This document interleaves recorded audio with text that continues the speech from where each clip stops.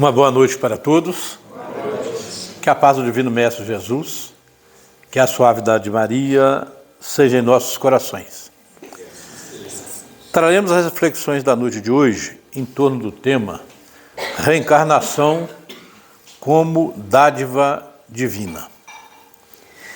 No primeiro momento, a gente vai procurar contextualizar, conceituar a questão da reencarnação. E no segundo momento, vamos analisar esse processo da reencarnação aplicado às nossas vidas e nós, como espíritas, como podemos e devemos tirar o maior proveito possível deste princípio. Inicialmente, vamos falar da reencarnação daquele ponto de vista que Jesus nos traz. Jesus inicia seu ministério, começa a fazer as curas, aconselhando, resolvendo os processos obsessivos. E naquela região tinha um doutor da lei, muito respeitado, com vasto conhecimento das leis de Moisés, chamado Nicodemos. E Nicodemos enfrentava algumas dificuldades relativamente à questão dos obsediados e a questão daqueles que o procuravam para ser curado. Ele não conseguia muito êxito. Quando Jesus chega, Jesus, no processo muito natural, começa a resolver aqueles casos que Nicodemos não conseguia resolver. Nicodemos fica incomodado e, ao mesmo tempo, admirado daquelas coisas que Jesus estava realizando. Então, Nicodemos começa a alimentar um desejo de conversar com Jesus. E ele procura aqueles que estavam próximos de Jesus e vai dizer assim, eu preciso muito conversar com ele, mas eu não posso, naturalmente, conversar com ele publicamente por causa da minha posição aqui perante o Sinédrio. Jesus, sabendo disso, o que Jesus faz? Jesus o procura de forma particular. Assim como Jesus fez com Emmanuel, Jesus também fez com Nicodemos. E quando Jesus aproxima de Nicodemos, Nicodemos fica completamente atordoado. Ele não sabia o que falar, não sabia o que perguntar, tomado de emoção muito, muito grande. E a única coisa que ele consegue perguntar para Jesus objetivamente é como que ele faria para entrar no reino dos céus. Aquela mesma pergunta que o jovem rico fez, que tantos outros fizeram, então ele pergunta para Jesus o que ele precisava fazer para entrar no reino dos céus. Jesus olha nos olhos dele, contempla aquela dificuldade e responde para ele: para entrar no reino dos céus, você vai ter que nascer de novo. Ele, como materialista, a única coisa que ele deu conta de pensar, e ele pergunta para Jesus: mas como que um homem grande como eu vai entrar de novo no ventre da minha mãe?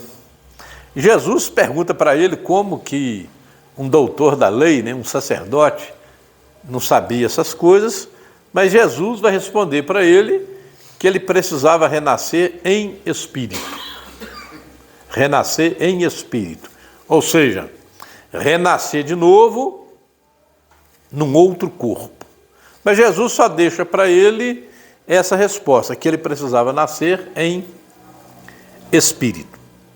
Então, aqui, Jesus deixa clara a questão da reencarnação, associado também ao ensinamento, quando Deus afirma: há muitas moradas na casa do meu Pai. Se assim não fosse, eu não o diria.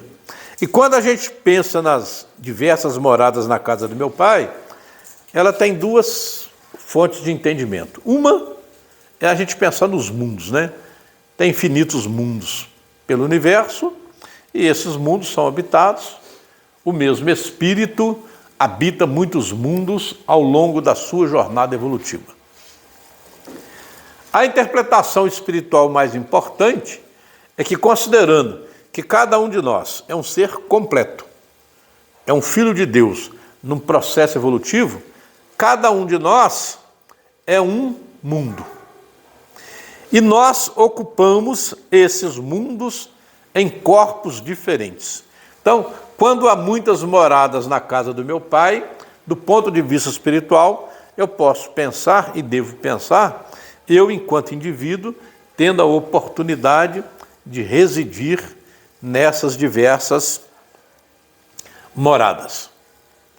Do ponto de vista da doutrina, a nossa doutrina, ela se organiza, ela é ensinada e deve ser vivida a partir de 15 princípios. Se são princípios, significa que ela é organizada com base nesses princípios e ela é ensinada com base nesses mesmos princípios e vivida em função desses princípios. Naturalmente que o primeiro princípio é Deus, depois vem Jesus, Espírito, perispírito, evolução, reencarnação, influência dos espíritos na nossa vida, influência dos espíritos na natureza, vida futura, mediunidade, vai para fora. São 15 princípios. O princípio da reencarnação é o princípio estruturante da nossa doutrina, ou seja, toda a doutrina dos espíritos é estruturada a partir do princípio da reencarnação.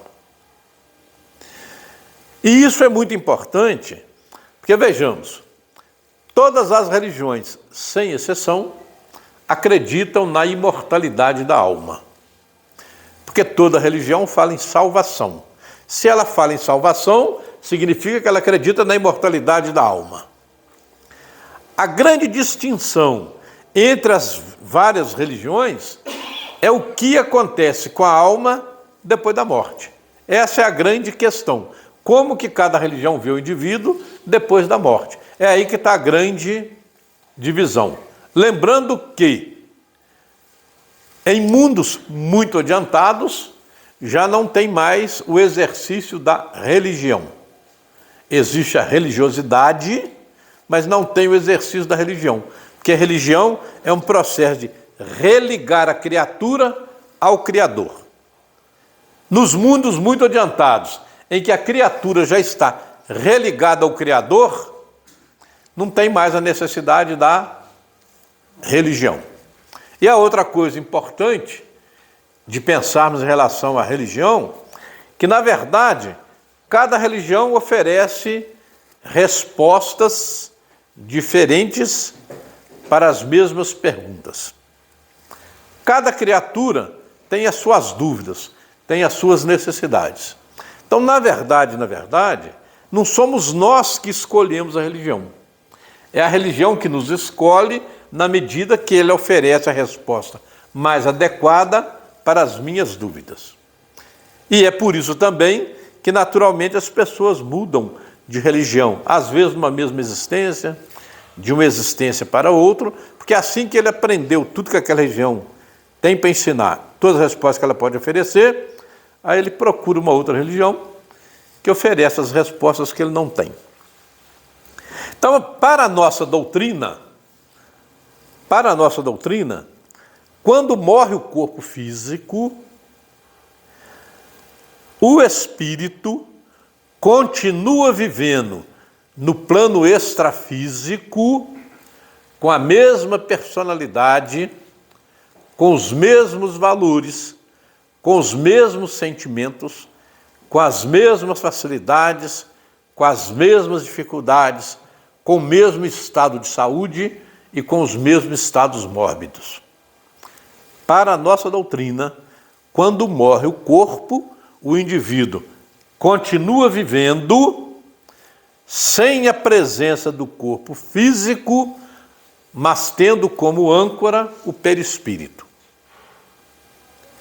Para a nossa doutrina, a vida, que é única, é composta de infinitas existências. Cada existência é o que nós chamamos de uma encarnação. Encarnei de novo, encarnei de novo. Esse processo se chama reencarnação. A encarnação inicia no momento da fecundação e só termina na próxima fecundação. Então a existência tem a primeira parte no plano físico e a segunda parte no plano extrafísico. Esses dois estágios, físico e extrafísico, o conjunto desses dois estágios forma aquilo que nós chamamos de existência.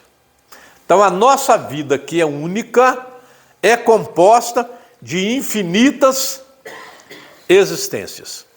E para a nossa doutrina, tem um princípio que Jesus trabalha conosco, que é o princípio da vida futura. A vida futura é o cimento, é o elo que liga uma existência à outra, formando a nossa vida. E por que precisa dessa ligação de uma existência com a outra? Para que eu seja herdeiro de mim mesmo e para que eu não perca tudo aquilo que eu já conquistei. Daí a reencarnação ser um princípio estruturante da nossa doutrina. Aí a nossa doutrina vai se organizar a partir dessa lógica. Aproveitando que a gente está falando que a existência tem uma parte no plano físico e outra parte no plano extrafísico, o tempo que ficamos em cada uma desses estágios, físico e extrafísico, está diretamente ligado à evolução do indivíduo. Espíritos primitivos, o tempo que ele fica no plano físico é o mesmo tempo que ele fica no plano extrafísico. E normalmente o espírito primitivo, a expectativa de vida dele é bem pequena. Na maioria das vezes, menos de 30 anos. Então, se ele ficar 25 anos no plano físico, normalmente ele fica 25 anos no plano extrafísico. No mundo de provas e expiações como nós, as pessoas que estão um pouco melhor, digamos, fica aí 60, 70, 80 anos no plano físico, já dá para ficar uns 200 no plano extrafísico. O que determina quando vai ou quando volta?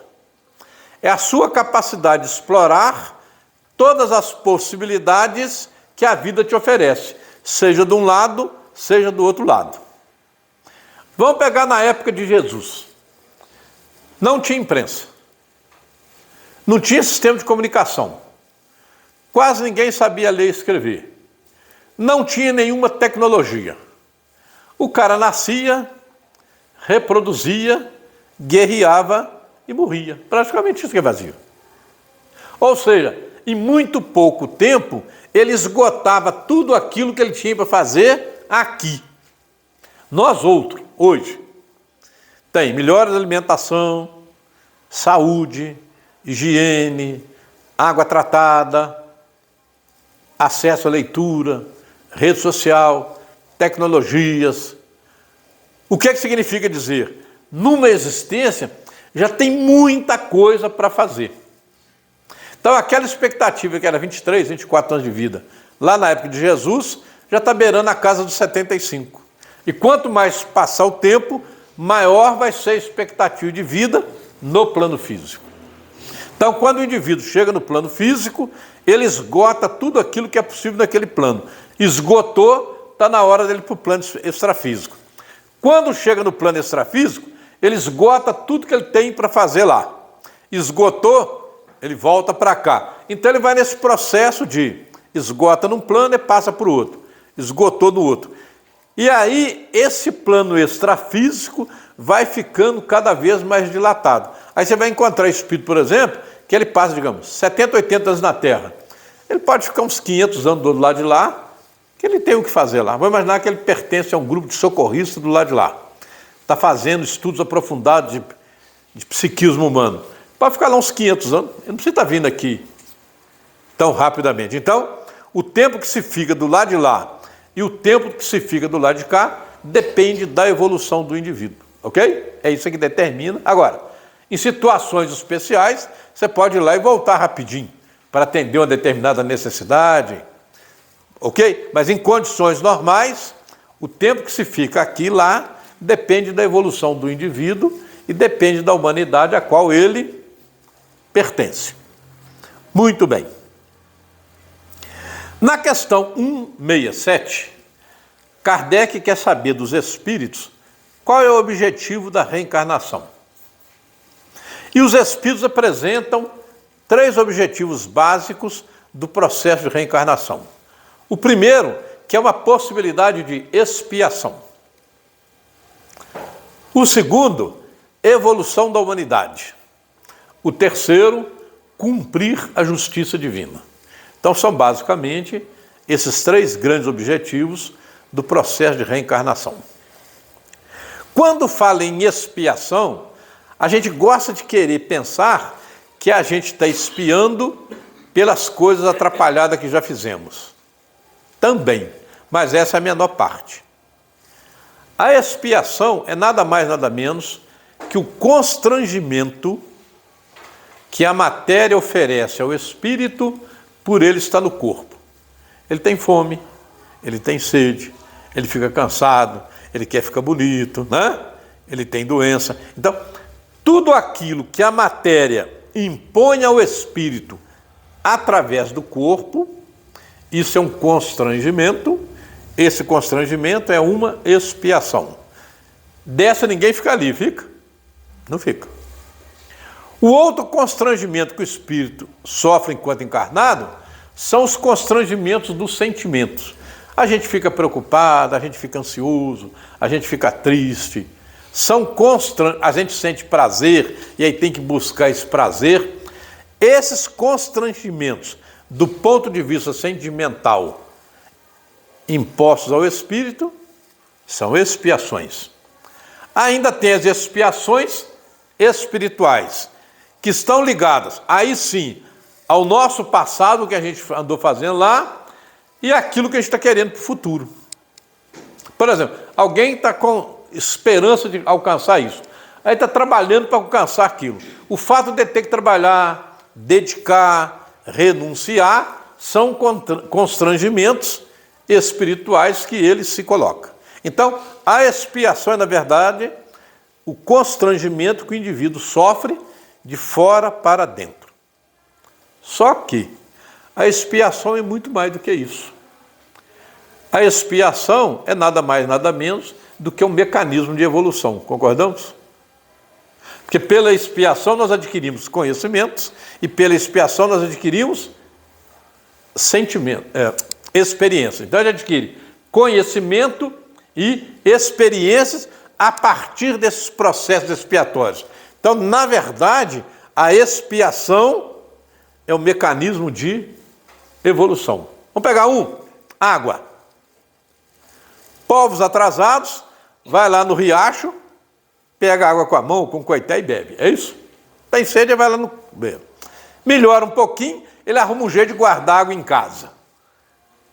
Depois ele muda para cidades. Aí começa a encanar água, não sei o quê. Aí começa a fazer lavoura com defensiva agrícola, tem indústria. Esses materiais são lixiviados, chega no lençol freático, a gente tira a água da mina e ela já sai contaminada. Então a água tem que ser tratada. Só a água da mina não dá, tem que pegar água no rio. O rio a gente joga nele esgoto, tira a água dele para beber, a gente faz essa confusão. Então a água tem que ser tratada. Todos esses processos, para uma água chegar potável na nossa casa, ela acarreta conhecimento e acarreta experiências. Ou seja, são processos expiatórios que têm como resultado a evolução do indivíduo e da humanidade que ele pertence. Então, toda vez que a gente pensar na expiação, primeiro que a gente deve pensar é um mecanismo de evolução. A expiação é um importante mecanismo de evolução. Senão a gente fica com a cara de, meu Deus, que é isso? Porque está expiando, né? Na verdade, se a gente não precisasse desse constrangimento no corpo, a gente não iria reencarnar. Segundo ponto, a reencarnação como evolução da humanidade. Quer dizer, o progresso da humanidade depende do processo reencarnacionista. Se pela reencarnação o indivíduo está se melhorando pela expiação que ele sofre, na medida que cada um se melhora.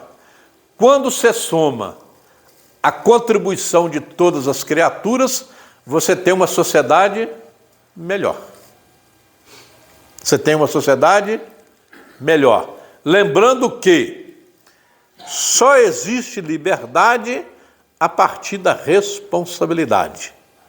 E como nós estamos num mundo de convivência, a solidariedade é um sentimento que vai se desenvolvendo ao longo do tempo. Então, na medida que cada elemento da sociedade melhora, aquela humanidade progride um pouco mais. Então, o progresso da humanidade é decorrente da melhoria individual dos seus habitantes.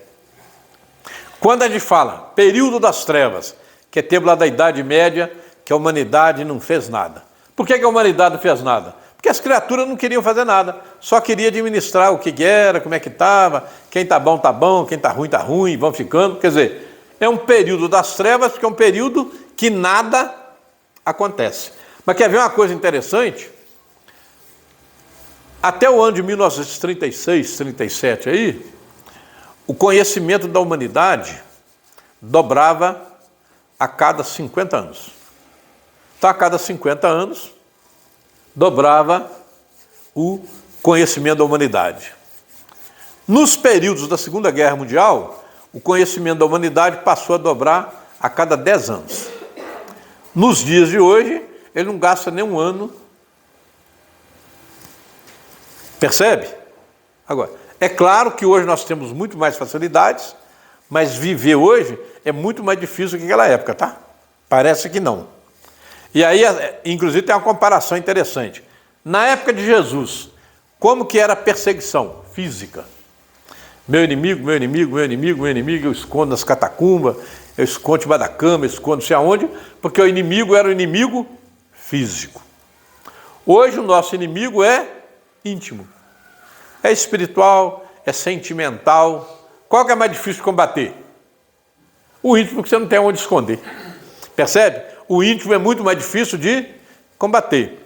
Marcas negativas do período de transição da humanidade. Marcas negativas. Doenças mentais, suicídio. Por que doenças mentais e suicídios é a grande marca do período negativa do período da transição? Pela pressão que todos nós sofremos. Alguns não aguentam essa pressão e entregam os pontos. Então, é muito mais difícil a gente enfrentar hoje. Temos muito mais facilidades, é verdade. A comida é mais gostosa, tem remédio, tem saúde, tem isso, tem aquilo, mas a pressão, com certeza, é muito maior. As inquietações são muito maiores. O terceiro objetivo é a justiça divina. Quando nós falamos em justiça divina, nós temos que pensar o seguinte. Kardec, na questão 115, ele pergunta aos espíritos: uns foram criados bons e outros maus? E os espíritos respondem: não, todos foram criados simples e ignorantes. A cada um Deus deu uma missão. No cumprimento dessa missão, o indivíduo vai entrando em contato com a verdade. Na medida que ele conhece a verdade, ele se reaproxima do Criador. Olha quantas informações tem nessa questão 115. Então veja o seguinte, os Espíritos estão dizendo o seguinte, ó, todos nós partimos de um ponto original que lá não tem nada, nem conhecimento, nem experiência. Mas nesse momento, e esse momento é único para cada um, tá? Deus não cria batelada, não cria 2, 3 de cada vez, ele cria cada um no momento único. Cria, assim, ó, você está aqui, você não tem conhecimento nem experiência. Eu estou determinando que você seja perfeito um dia. Esse é um determinismo do Criador que nenhum livre-arbítrio remove. Você pode fazer o que você quiser e tudo que você fizer, você vai estar evoluindo naquele processo. A única diferença é, está sendo pelo amor ou está sendo pela dor? Ah, vou dar pirraça, pode dar. Se você der pirraça, ainda assim você está evoluindo, só que é pela dor. Eu vou fazer tudo atrapalhado, pode fazer. Ainda assim você está evoluindo, só que é pela dor. Tudo que a gente fizer, tudo que a gente movimentar em qualquer direção, nós estamos num processo evolutivo. Porque esse determinismo, o Criador não abre mão. E Deus não descansa assim, ele não tira férias nem nada. Como ele está o tempo inteiro, né, na condição de inteligência suprema, a vontade dele se manifesta incessantemente o tempo inteiro. Então, o tempo inteiro nós estamos num processo de evolução. Todos partem do mesmo ponto. Todos terão que chegar no mesmo ponto que é a perfeição. Então, todos terão que fazer esse trajeto. Mas, para fazer esse trajeto, nós o fazemos como indivíduos, como individualidades. E como o Criador vai conseguir fazer que todos saiam do mesmo ponto, está indo para um segundo ponto, quer dizer, tem que fazer o mesmo caminho e ainda assim eles têm que ser diferentes. Aí o que o Criador faz? Cada um de nós faz todas as coisas entre esses dois pontos, o ponto inicial e esse ponto aqui de perfeição. Todos nós vamos passar pelas mesmas coisas, indistintamente. Não tem nada que alguém não vai passar.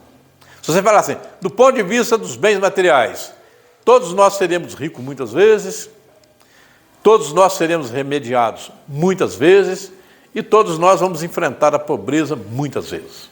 Todos nós vamos ter que passar por isso. Todos nós vamos ter que passar pela polaridade masculina, todos nós passaremos pela polaridade feminina. Então, todos nós passaremos por todas as coisas.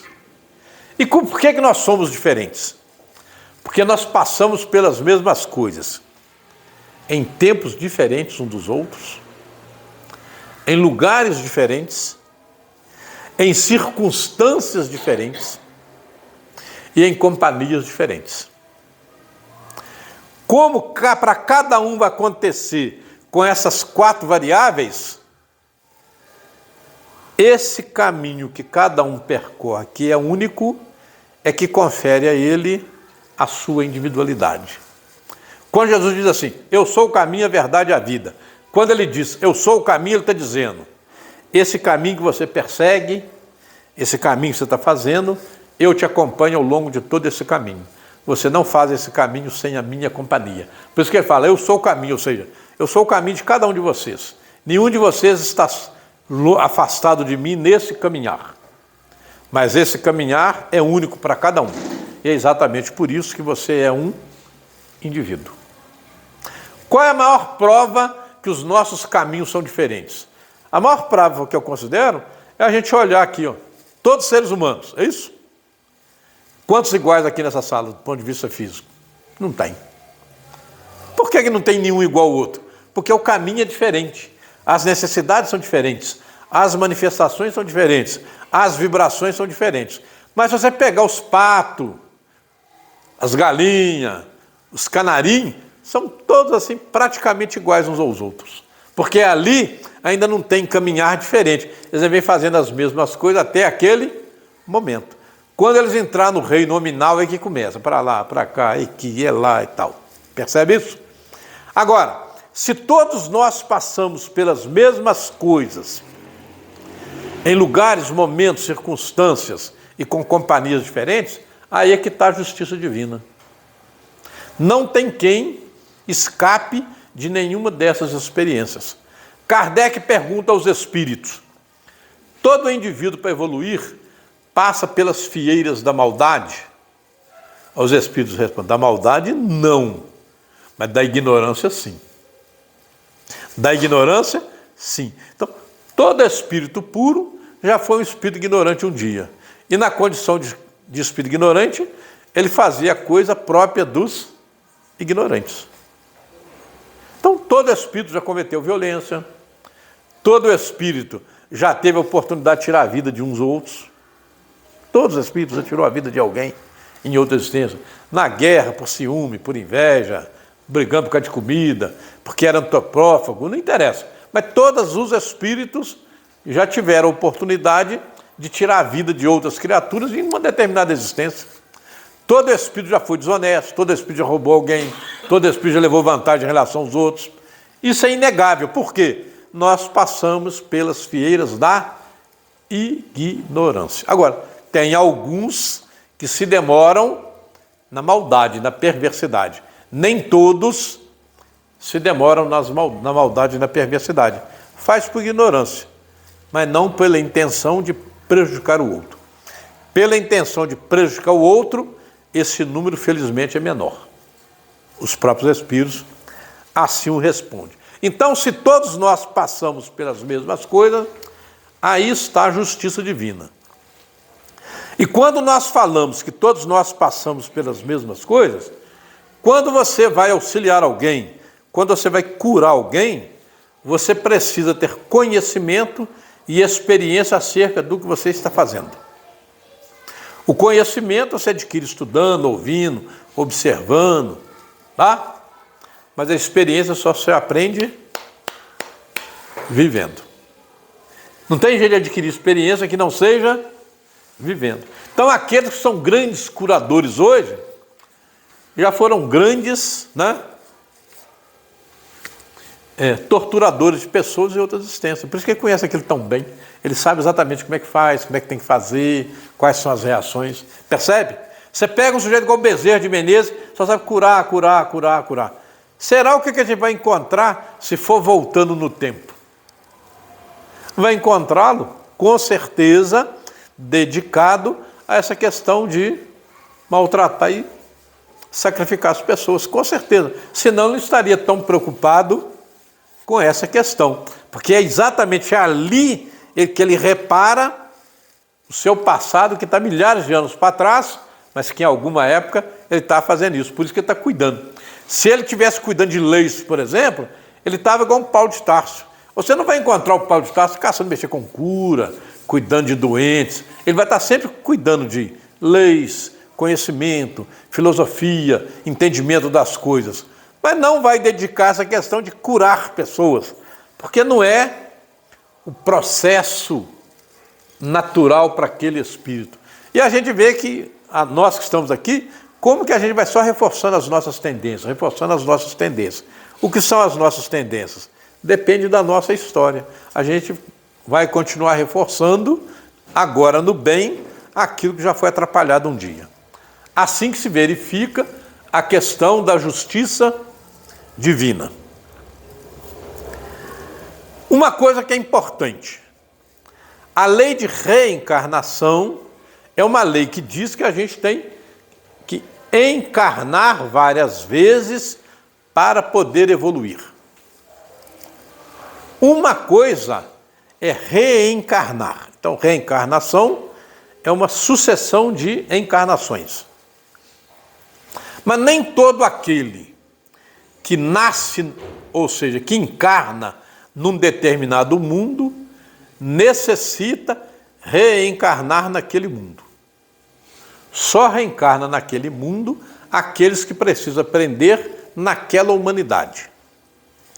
Um espírito que já aprendeu tudo o que a humanidade terrena tem para ensinar, ele não vem aqui para aprender nada aqui. O que tinha que aprender aqui ele já aprendeu. Mas ele pode encarnar aqui. Em que condição? Na condição de missionário. A hora que a nossa humanidade estiver preparada para receber um determinado conhecimento, se em outro mundo ele tem esse conhecimento, ele pode pedir ou aceitar a missão de vir aqui na Terra e ensinar aquilo que ele sabe. Ele vem aqui, ensina o que sabe e volta para a casa dele. Aquele que reencarna, quando morre o corpo, ele continua dá sequência àquela existência no plano extrafísico, ok? Qualquer um de nós aqui, a hora que morrer, vai dar sequência à sua vida no plano extrafísico. E esse que vem aqui encarna. Aí vai ser professor, médico, músico, ele vai ser uma coisa qualquer aqui. A hora que ele morrer, ele vai continuar fazendo a mesma coisa na erraticidade? Não, ele para aqui e volta para o lugar dele. Essa é uma diferença fundamental entre aqueles que só encarnam e os que reencarnam. Os que encarnam como missão, a hora que morre o corpo físico, ele interrompe aquela existência e volta para o mundo dele. Ele não vai ficar cuidando das mesmas coisas na erraticidade. Essa é a diferença básica entre os que precisam encarnar e os que precisam reencarnar, né? Jesus, com certeza, só encarnou na Terra. Veio cá, cumpriu a missão dele, monta. Agora vamos ver como que se dá esse processo da reencarnação. Como que se dá cada um desses processos? Terminada a existência, ou seja, terminou a parte física, terminou a parte extrafísica, então você está pronto para começar uma nova existência. Então terminou aquela existência, você está pronto para começar uma nova existência. Quando nós estamos prontos para uma nova existência, Kardec pergunta na questão 258 do Livro dos Espíritos: antes de encarnar, o espírito sabe a natureza daquilo que ele vai encontrar pelo caminho? Antes de encarnar, o espírito sabe basicamente o que ele vai encontrar pelo caminho? Aí os espíritos respondem: mais do que isso. Na verdade, ele é que escolhe a natureza das provas que ele vai enfrentar. Kardec está querendo saber se já tem uma noção. Os espíritos falaram: não, é muito mais do que isso. O sujeito escolhe a natureza do que ele vai enfrentar. Como se dá esse processo de escolha? Pela questão 621, a lei de Deus está escrita na nossa intimidade, está escrito na nossa consciência. Então todo espírito tem as leis de Deus escritas na sua essência. Se todo espírito tem a lei de Deus escrita na sua essência, a gente pode afirmar que o espírito é sempre o juiz de si mesmo. O espírito é sempre o juiz de si mesmo. Isso é muito importante a gente compreender, porque o nosso psiquismo, formado a partir de Moisés, a gente ainda acredita muito naquele São Pedro de barba branca, apoiado no cajado na porta do céu. Aí você chega na porta do céu e fala: qual é que eu sei? Eu sou fulano. Ele olha o seu prontuário e fala: para dentro ou não entra? E a gente tem muito essa ideia, por exemplo assim: vai fazer uma limpeza na terra, os espíritos serão retirados daqui. A gente tem muito essa ideia que alguém nos leva ou nos traz dos lugares. Isso não é fato.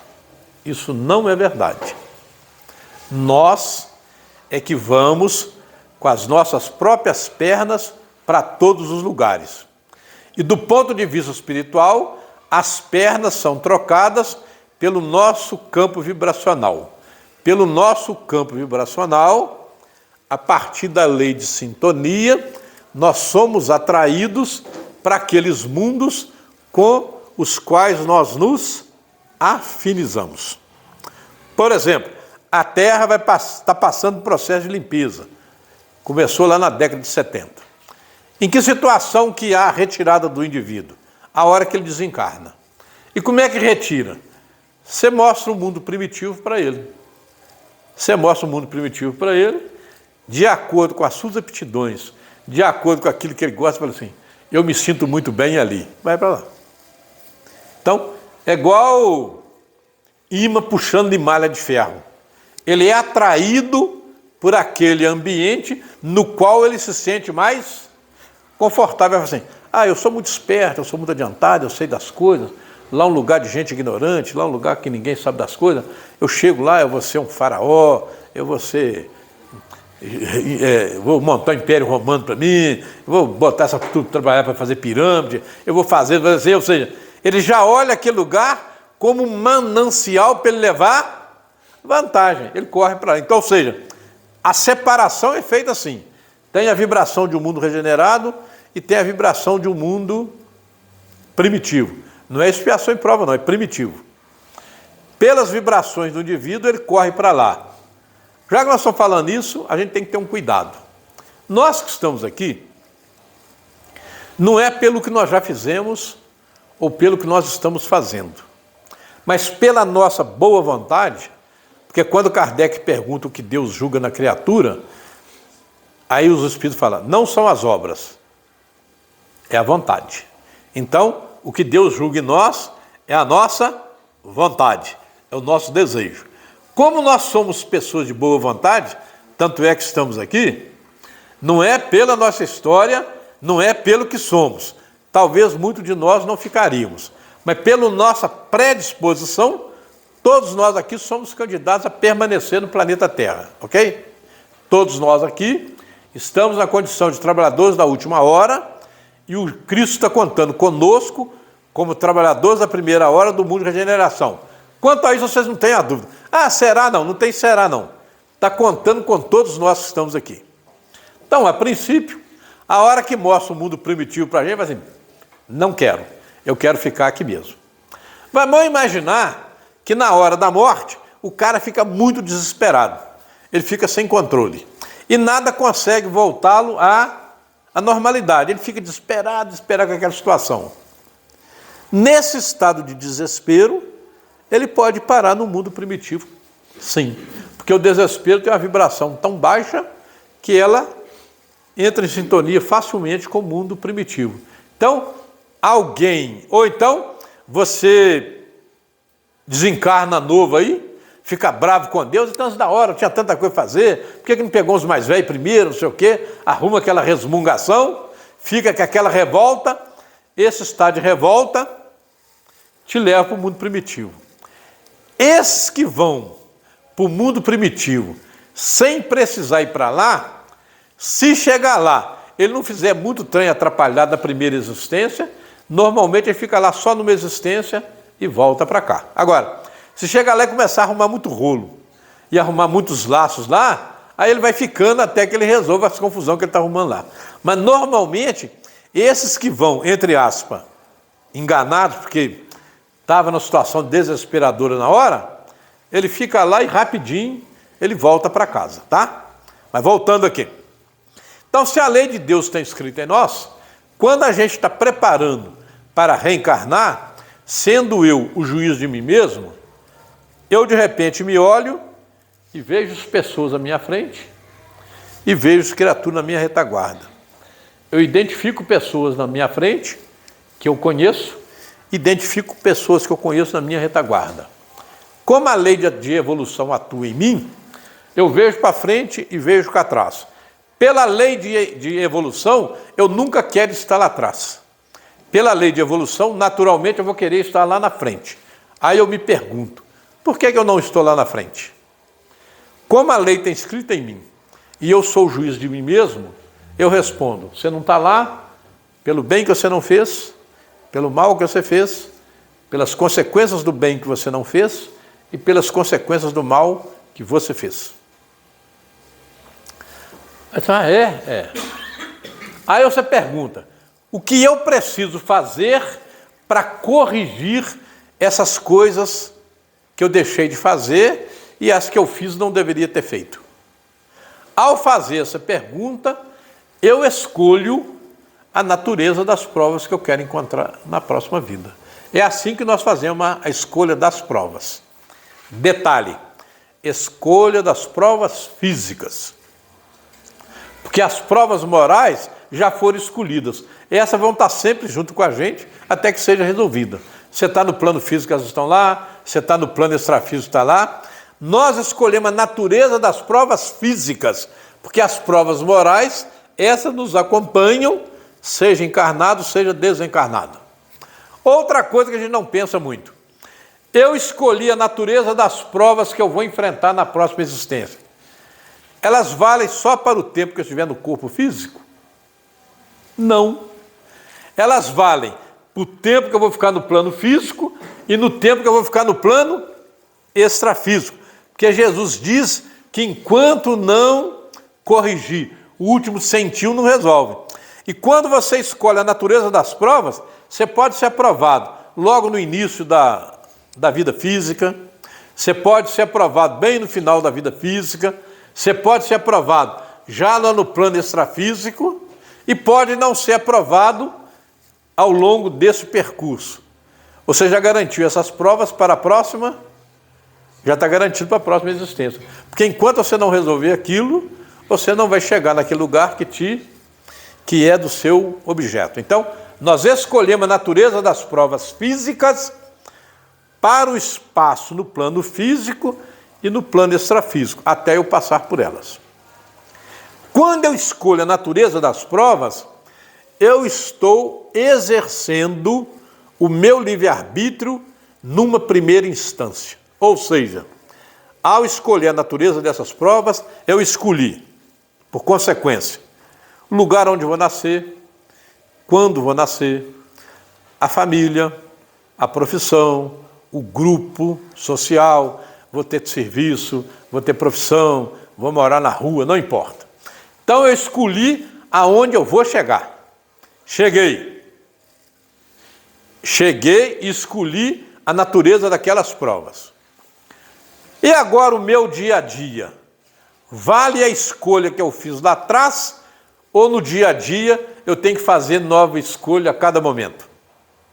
Eu tenho que fazer escolha a cada circunstância que a natureza das provas me apresenta. Às vezes a gente tem dificuldade de compreender isso, a gente fica assim, eu escolhi a natureza das provas, está definido o que vai me acontecer ao longo da vida. Nananina, não. Está definido, em geral, o que você vai ter que enfrentar.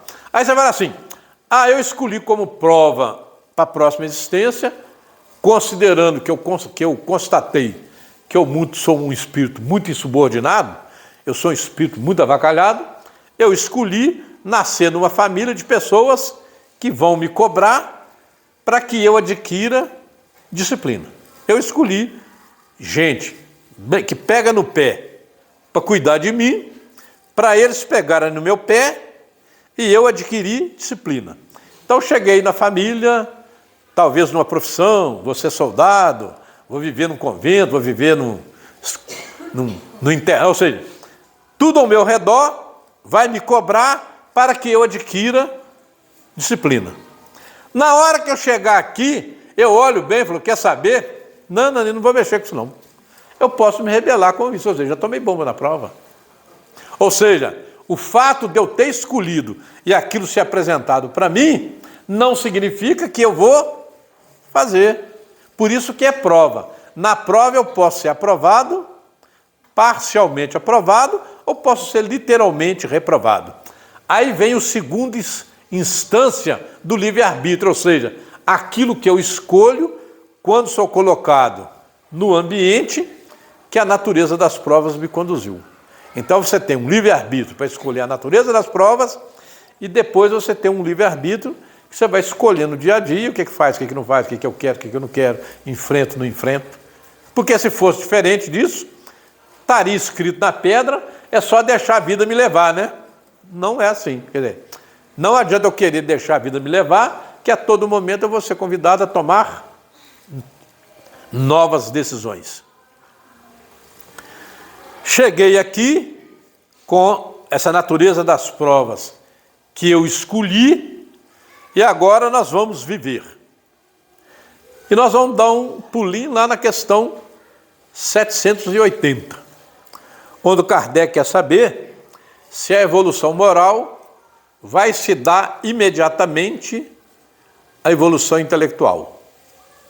E os espíritos vão responder que não. A evolução moral não se dá imediatamente após a evolução intelectual. Mas a evolução moral depende, é decorrente da evolução intelectual. E aqui, quando falamos em evolução, a gente fala assim, a Nazaré tem evolução número 5, Josafá tem evolução número 5. O que é que a gente gosta de pensar? Se ela tem evolução número 5, ela faz isso, tal. Só que não é assim. Cada um de nós tem múltiplos aspectos, tem múltiplas facetas, físicas, sentimentais, espirituais. São infinitas facetas. Em cada um de nós, uma determinada faceta pode ter grau 10. Uma outra faceta, grau 8. Uma outra faceta, grau 3. Uma outra faceta, grau 0. Então, em nós, tem coisas que já estão bem desenvolvidas, outras estão razoavelmente desenvolvidas, e a outra a gente nem começou a desenvolver ainda. Ou seja, naquilo que nós já adquirimos evolução intelectual naquilo que nós já adquirimos evolução intelectual, nós estamos preparados para desenvolver a moralidade naquele mesmo quesito. Pegar um quesito, respeitar pai e mãe. Isso é uma virtude que a pessoa tem ou não tem. Vamos imaginar que ela pegar uma pessoa que não respeita pai e mãe, mas que ele vem estudando e já entendeu a questão da necessidade de respeitar, a importância do respeito, o que significa respeitar. Mas ele continua não respeitando ninguém. Aí ele resolve assim, eu agora vou aprender a respeitar pai e mãe. Como é que ele vai conseguir esse processo? Ele vai ter que fazer um esforço de obediência, a isso nós chamamos hábito, e só o hábito transforma intelecto em moralidade. Daqueles 4 caminhos lá, o caminho do ouro é o daqui para cá, não é isso? Fisicamente é o mais perto, mas é o mais longo não é assim? Muito mais longe que o da cruz, né? Esse caminho do ouro, que é do intelecto para o sentimento, ele só se faz através do hábito. Aí você fala assim, eu quero aprender a respeitar pai e mãe. Aparecem umas circunstâncias. Eu analiso as circunstâncias assim, a minha mãe está me falando isso. Do que ela está me falando, se eu obedecer, isso é bom para mim? Isso é útil para mim? Isso é verdadeiro para mim? Isso é útil para as pessoas? É verdadeiro para as pessoas? É útil e verdadeiro para o universo? É. Então vou escolher fazer isso. Ou seja, eu escolhi, não é porque eu sinto aquilo, mas racionalmente eu entendi que aquilo é melhor para mim, para os outros e para o universo. Veja que eu tenho que ter conhecimento dos outros, conhecimento de mim mesmo, conhecimento do universo, e tenho que ter condição racional de relacionar tudo isso e tirar uma conclusão. Aí eu tirei a conclusão que eu devo obedecer. Vamos pegar um exemplo mais simples. Já vai você dirigindo, 90 km por hora. Aí aparece uma placa. Velocidade controlada eletronicamente. Velocidade 60 km por hora. Aí você pensa assim, eu já vou em 90. Eu piso no freio ou eu passo direto? Não, vou passar direto. Vou pagar uns 100 e poucos reais de multa, perder 7 pontos na carteira. Ao que fizer isso umas 5 ou 6 vezes, me toma a carteira. Eu não vou aguentar pagar essas multas. Pensando bem, eu vou pisar no freio e vou passar 60. Eu obedeci. Obedeci porque eu sou obediente? Não, eu fui constrangido pela lei a obedecer, mas obedeci. Se eu adquirir o hábito de obedecer constrangido pela lei, vai chegar um dia, talvez nessa vida ainda, que quando você vê a plaquinha, você não vai pensar nada, você simplesmente vai diminuir a velocidade e vai passar sem resmungar. E vai passar sem resmungar. Aí você está educado em relação à norma que a sociedade te impõe. Que hoje a gente obedece porque tem sanções. A gente obedece, mas normalmente resmungando. A pessoa fala assim, aqui em casa eu pago boleto demais. Ah, paga boleto demais? De que você paga?